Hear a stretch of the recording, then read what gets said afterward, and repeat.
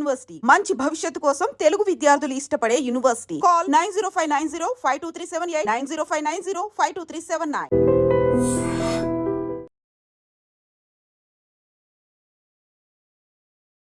పాకిస్తాన్ తన వంకర బుద్ధిని అయితే మార్చుకోలేదు. ఎందుకంటే వరుసగా ఈ రోజు కాల్పుల విరమణ ఒప్పందాన్ని మళ్ళీ ఉల్లంఘించింది. అక్కడి నుంచి మళ్ళీ కవ్వింపు చర్యలకు పాల్పడింది. అక్కడి నుంచి మళ్ళీ కూడా ఫైరింగ్ చేసినటువంటి సిచ్యువేషన్. మన వాళ్ళు కూడా అంతే ధీటుగా జవాబు అయితే ఇచ్చిండ్రు. కానీ అక్కడ ఎవరికి కూడా ప్రాణ నష్టం అయితే జరగలేదు, అట్లాగే ఎవరికి గాయాలు కూడా కాలేదు. కానీ అర్ధరాత్రి వేళలో ఇట్లాంటి కవ్వింపు చర్యలకైతే పాకిస్తాన్ మళ్ళీ పాల్పడిన పరిస్థితి. అంటే ఒకటో రోజు అయిపోయింది, ఈ రోజు రెండో రోజు, అంటే నిన్న అర్ధరాత్రి కూడా ఇట్లాంటి కాల్పులకే తెగబడిన సిచ్యువేషన్ అయితే కనిపిస్తుంది. ఒకవైపు ఏమో మొన్న జరిగినటువంటి దాడి నేపథ్యంలో మనము ఈ ఉగ్రవాదులు ఎవరు, అసలు ఈ ఉగ్రదాడి ప్రేరేపించింది ఎవరు, దీనికి వెనకాల మాస్టర్ మైండ్ ఎవరిది, స్కెచ్ ఎవరిది, మోటివేషన్ అంటే వాట్ ఈస్ ద మోటివ్, ఎందుకని ఇట్లా దాడులకు పాల్పడింది, వీటన్నిటి గురించి ఒకవైపు సీరియస్గా వాళ్ళ కోసం అయితే వేట కొనసాగుతున్నటువంటి పరిస్థితి. వీళ్ళంతా ఎక్కడున్నారు, అట్లాగే వారిని ఎలా మట్టుబెట్టాలి అనేది ఒకవైపు పర్యాటకులపై జరిగినటువంటి ఈ మారణ హోమాన్ని దేశమంతా కూడా ఖండిస్తోంది. అట్లాగే మనకు ఎస్పెషల్ ఇజ్రాయెల్ కావచ్చు, ఇట్లాంటి దేశాలు కూడా మద్దతు పలుకుతున్నాయి. డెఫినెట్లీ ఈ టెర్రరిజాన్ని లేకుండా చేయాల్సిందే. ఇది అత్యంత హేయమైన చర్య. ఉగ్రవాద చర్యల్ని అట్లాగే ఉగ్రవాదులు లేని దేశాల్ని నెలకొల్పాల్సిందే అని ముక్తంతో అందరూ కూడా భారత్కు మద్దతు తెలియజేస్తున్నటువంటి పరిస్థితిలో ఇప్పుడు పాక్ ఒక్కటే, అంటే పాకిస్తాన్ ఒక్కటే, ఒక దేశం, వాళ్ళ దేశానికి సంబంధించి ఒక్కరే ఫైట్ చేసుకోవాల్సిన సిచ్యువేషన్ అయితే కనిపిస్తోంది. కానీ వాళ్ళైతే అంత డేర్ చేయలేరు, బికాజ్ వాళ్ళకంత దమ్ము లేదు, అట్లాగే వాళ్ళకంత స్ట్రెంగ్త్ లేదు. ఇన్నర్లీనే వాళ్ళే అనుకుంటున్నారు, మాకు ఆ దేశం పెంచి పోషించింది కాబట్టి ఉగ్రవాదులు మా దేశానికి వచ్చారు, ఇట్లాంటి మాటలు మాట్లాడుతోంది. సో పిరికిపాంద చర్యల్లో నెంబర్ 1 ఉంటుంది పాకిస్తాన్.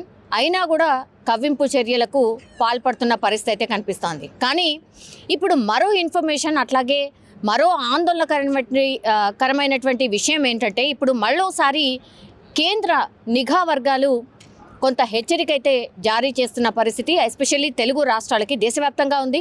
అట్లాగే ఎస్పెషల్లీ తెలుగు రాష్ట్రాలకైతే ఒక హై అలర్ట్ ప్రకటించింది.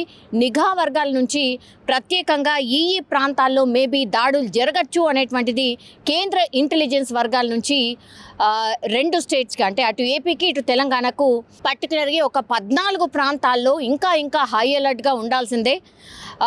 ఎట్లాంటి అనుమానాస్పదమైన వ్యక్తి అనుకోండి, ఎట్లాంటి అనుమానాస్పద కార్యకలాపాలు జరుగుతున్నటువంటి డౌట్ ఉన్నా సరే ఇన్ఫర్మేషన్ పాస్ చేయండి అని పౌరులకైతే ఒక మెసేజ్ ఇచ్చింది. అట్లాగే ఇక్కడున్నటువంటి తెలుగు రాష్ట్రాలకు సంబంధించిన ఇంటెలిజెన్స్ అట్లాగే పోలీస్ వ్యవస్థకు కూడా పూర్తి ఇన్ఫర్మేషన్ అయితే పాస్ చేసిన పరిస్థితి అయితే కనిపిస్తోంది. సో ఈ నేపథ్యంలోనే ఇప్పుడు ఏపీ తెలంగాణ రాష్ట్రాలని హై అలర్ట్ జోన్లుగా, అట్లాగే 14 ప్రాంతాల్లో హై అలర్ట్ జోన్స్ గా ప్రకటించింది కేంద్రమే. ఒక ప్రకటన కూడా విడుదల చేసింది. అట్లాగే వీళ్ళు చెప్పేంత వరకు కూడా స్పెషల్ ఆక్టోపస్ టీం కూడా ఈ ప్రాంతాల్లో ఉండబోతున్నాయి. అంటే Octopus in the sense counter terrorist operations organisations బృందాలు ఈ ప్రాంతాలకు ఈ సాయంత్రం లోపు రాబోతున్నాయి. పూర్తిగా ఆక్టోపస్ బృందాలు తమ ఆధీనంలోకి ఈ 14 ప్రాంతాల్ని తీసుకోబోతున్నాయి. అవేంటి అంటే సికింద్రాబాద్ రైల్వే స్టేషన్ హైదరాబాద్, రాజీవ్ గాంధీ అంతర్జాతీయ విమానాశ్రయం హైదరాబాద్, తిరుమల తిరుపతి దేవస్థానం railway station Visakhapatnam, Ramakrishna beach Visakhapatnam railway station Vijayawada, Kukatpally Hyderabad, Nampally Hyderabad, Mahatma Gandhi bus station Hyderabad, tank bund Hyderabad, Jagadamba junction Visakhapatnam, Pandit Nehru bus station Vijayawada, MG road Vijayawada. So ఈ 14 ప్రాంతాలకి ఆక్టోపస్ బృందాలు తమ ఆధీనంలోకి తీసుకోబోతున్నాయి. ఇవన్నీ కూడా నేను చెప్పినటువంటి 14 ప్రాంతాలు కూడా హై అలర్ట్ జోన్స్ అన్నమాట. కేంద్రమే హై అలర్ట్ జోన్స్ గా ప్రకటించింది కాబట్టి ఇక్కడ మళ్ళీ ఉగ్రవాదులు తెగబడే అవకాశం ఉంది అని కేంద్ర ఇంటెలిజెన్స్ వర్గాలే స్పష్టంగా చెప్తున్నటువంటి పరిస్థితి. అందుకనే ఆక్టోపస్ బృందాల్ని రంగంలోకి దించినటువంటి పరిస్థితి. ఇప్పుడు ఈ 14 ప్రాంతాలు ఏవైతే చెప్పినో ఇవన్నీ కూడా రద్దీగా ఉండేటటువంటి ప్రాంతాలు, ప్రజలు రాకపోకలు చేసేటటువంటి ప్రాంతాలు, దేవాలయాలు ఉన్నాయి, అట్లాగే సందర్శకులు వచ్చే ప్రాంతాలు ఇవన్నీ కూడా. సో వీటిపైనే దృష్టి సారించాయి ఎవరు ఉగ్రవాదులు.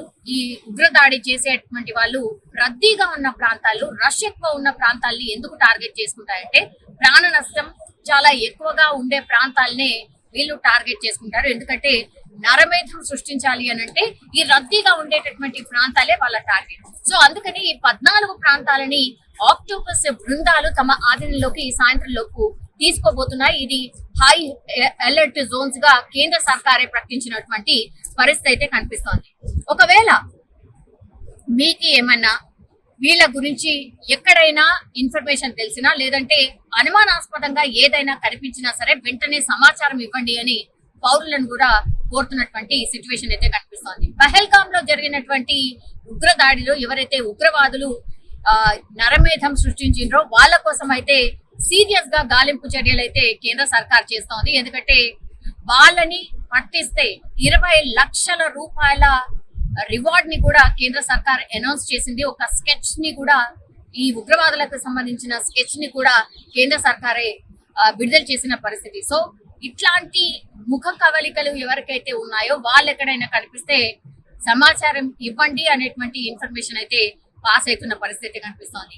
అయితే ఇప్పుడు నిఘా వర్గాల హెచ్చరిక నేపథ్యంలో అయితే మరి వీళ్ళు ఎక్కడైతే ఈ ఇన్సిడెంట్ చేసిండ్రో అంటే పహల్గామ్ జమ్మూ కాశ్మీర్ లో ఇన్సిడెంట్ కి పాల్పడినరో ఆ తర్వాత వీళ్ళు ఒక బృందం కాదు, మేబీ 50 నుంచి 55 ఇట్లాంటి చిన్న చిన్న బృందాలుగా ఏర్పడి పూర్తిగా మన భారతదేశం మొత్తంగా స్ప్రెడ్ అయి ఉన్నారు. కాబట్టి ఇప్పుడు నిఘా వర్గాలు ఇట్లాంటి ఇన్ఫర్మేషన్ పాస్ చేశాయి అనేది కూడా పూర్తిగా ఒక ఇన్ఫర్మేషన్ అయితే అంతోంది. సో హై అలర్ట్ గా ఉండాల్సిందే, ప్రజలు కూడా అప్రమత్తంగా ఉండాల్సిందే. అట్లాగే కేంద్ర సర్కారే స్వయంగా చెప్తోంది, మీకు మరీ అర్జెన్సీ లేకుంటే మరి తప్పనిసరి పరిస్థితిలో ఉంటే మాత్రమే ఇప్పుడు 14 జోన్స్ ఏవైతే చెప్పినో 14 హై అలర్ట్ ప్రాంతాలు ఏవైతే చెప్పిరో అక్కడి నుంచి మీరేమైనా రాకపోకలు సాగించండి, లేదంటే దయచేసి అటువైపు వెళ్ళకండి అని స్పష్టంగా కేంద్ర సర్కారే చెప్తోంది. సో ఇప్పుడు అన్ని కూడా రాష్ట్ర సర్కార్ అండ్ కేంద్ర సర్కార్ సమన్వయంతో పూర్తిగా